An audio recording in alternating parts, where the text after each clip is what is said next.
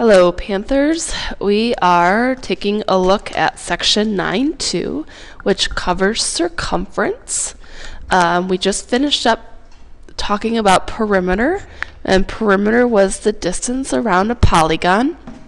Circumference and perimeter are pretty much the same thing, except circumference talks about the distance around a circle. So circumference is a little bit more difficult to find because a circle has a curved shape, and so we have a different formula here that we are going to use. Our learning target for today is that by the time we're done with this lesson, you should be able to find the circumference of a circle. In your notes here, there's a couple of vocabulary terms. First, we have circumference, again, which is the distance around a circle. What I would like you to do is to highlight these formulas here, okay? This is a formula. Again, it's kind of a shortcut where you can fill in everything you know to solve for what you don't. We have the formula C equals 2 pi r. Another formula you could use for circumference is C equals pi d, and we'll talk about those in just a minute. Another term that you're going to want to remember is the term pi, and that's the symbol for pi. Pi, as we know, is a ratio of comparing the radius and diameter, and it ends up being an extremely long number where all the digits have not clearly yet been defined, but we are going to, for today's purpose, we are going to round pi to 3.14. We can also use 22 sevenths. 22 sevenths is the closest fraction to the actual pi number. So again, it is an estimation, it is a rounding. These numbers are not exact, but they are sufficient enough for us to use in our calculations. What I would like to draw your attention to right now is the picture of the circle in green. Okay. The circumference is the distance around the circle, and there's a couple of key parts here. The distance across the circle, which goes through the midpoint, is called the diameter. Okay. And half of the diameter, or the distance from the midpoint to the edge of the circle, is called the radius. I'm sure you've learned these before, so this is a good review. I can tell you, back when I was your age, I had trouble finding or understanding the difference between the diameter and radius, and I'll give you a little hint of how I remembered. Diameter is all the way across. It's a longer distance, and the word diameter is longer, or it has more letters, whereas the word radius is a shorter word. It is the shorter distance from the midpoint across to the edge or the circumference. There's a hint down here for us to remember. When we're deciphering between using 3 and 1400ths or 22 sevenths, 22 sevenths is helpful to use when we're looking at numbers that are multiples of 7. And we'll see an example of that in just a minute. So if you need to pause me right now to finish up this piece, go ahead. Otherwise, we're going to move on. When I move down here to example 2, we're going to first look at the directions. We're going to find the circumference of each circle, and we are going to round our answers to the nearest tenth if necessary. It's a good thing we read those instructions. We got to know that we're rounding our answers to the nearest tenth. It wants us, for this particular problem, to use 3.14 for pi, not 22 sevenths. So let's talk about those formulas. The formulas we can use are either C equals 2 times pi times r, where r stands for the radius, or we can use C equals pi times d, where d stands for the diameter. Now, based on what is labeled for the circle will determine which formula you will use. If you take a look at letter A, we are given the radius. So let's go ahead and use the radius formula of c equals 2 times pi times r. Now, good news, Panthers. All you have to do here is fill in all of the information you know. Well, clearly we're solving for c, so we don't know that variable. The number 2 is a constant, doesn't change. For pi, remember, we're going to use 3.14 for this calculation. And then we have to multiply it by r, which again stands for the radius. Panthers, the radius of this circle, again, the distance from the midpoint to the outside, is 18. So all you have to do to find the circumference, grab your calculators, 2 times 3.14 times 18. You are probably getting 113 4/100ths, but we have to round to the nearest tenths place value. So that 4 tells us to keep it at 0. What are our units, Panthers? As we remember, we need to label everything with units. They are centimeters. So you put your centimeters down and you are done. Go ahead and box your final answer. Okay, let's take a look at letter B.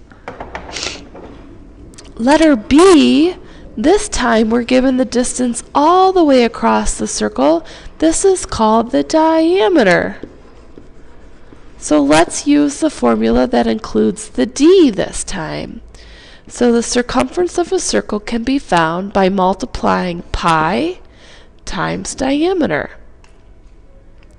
Well, again, we know that we're going to use 3.14 for pi, and the diameter in this case is 12 inches. So grab your calculator, 3.14 times 12. We are going to round this to the nearest tenths since our answer comes in the hundredths. Remember that 8 is higher than 5, so we're going to round this 6 up to 7. And we end up with 37 7/10. And looking at our units, we're talking about inches. Box your answer, and you are done. Okay, not too bad. Let's take a look at the next example. Example 3 says the diameter of a circular pond is 42 meters. What is its circumference? Use 22/7 for pi.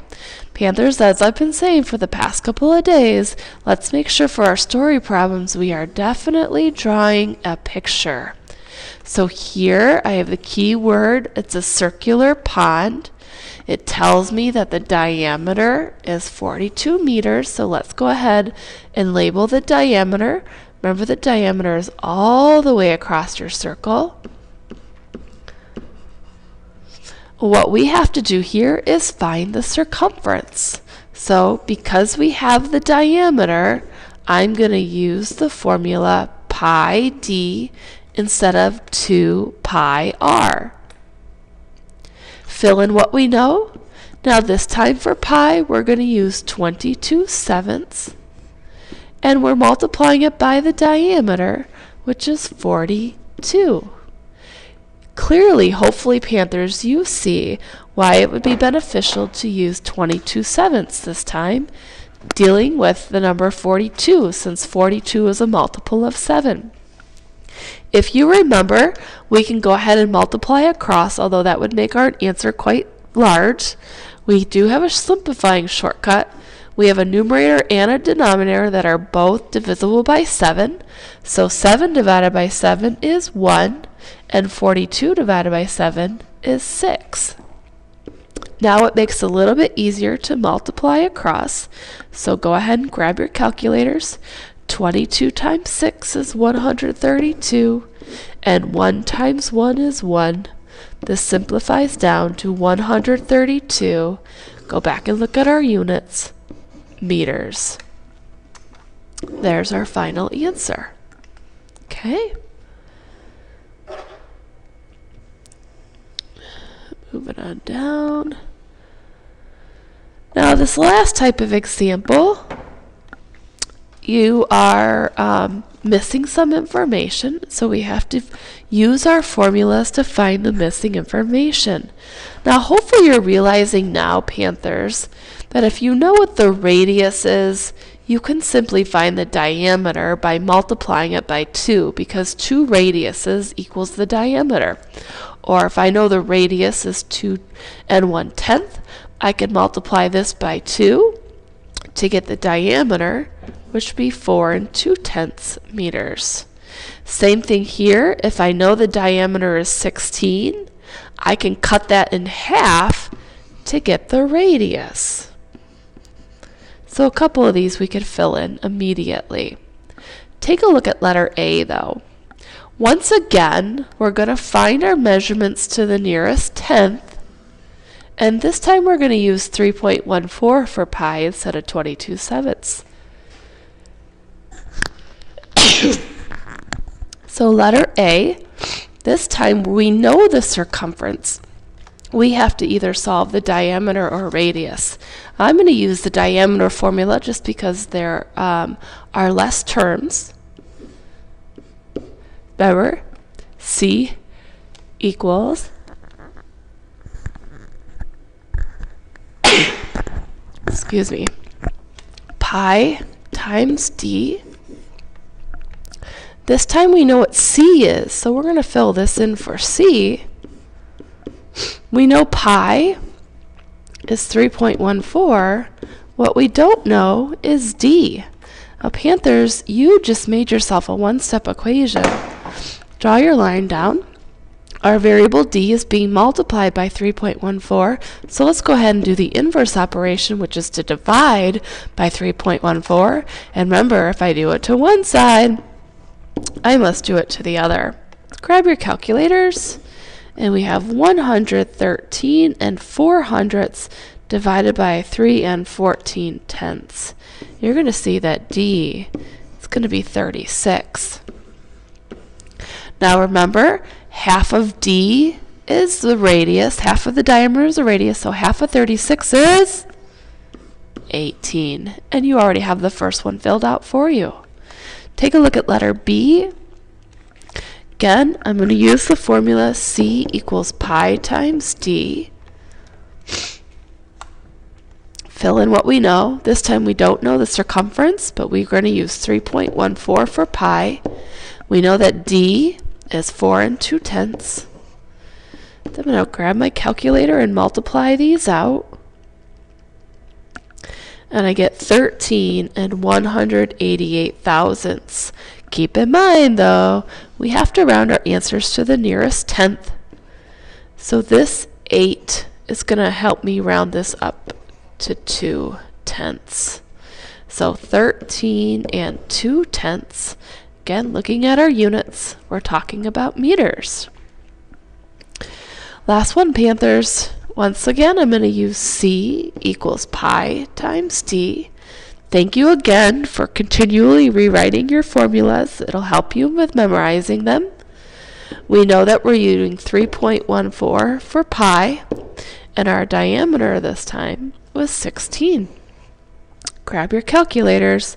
3 1400ths times 16 gives us 50 24 hundredths, which we are going to round to the nearest tenth. The 4 tells us to keep the 2 the same. So we have 50 2/10, and again, our units are centimeters. Okay, Panthers. Just a reminder, a couple things. Circumference is the distance around a circle. It's difficult to find the distance around a circle because it is curved surface. Also remember, the radius is half of the diameter, or the diameter is double the radius.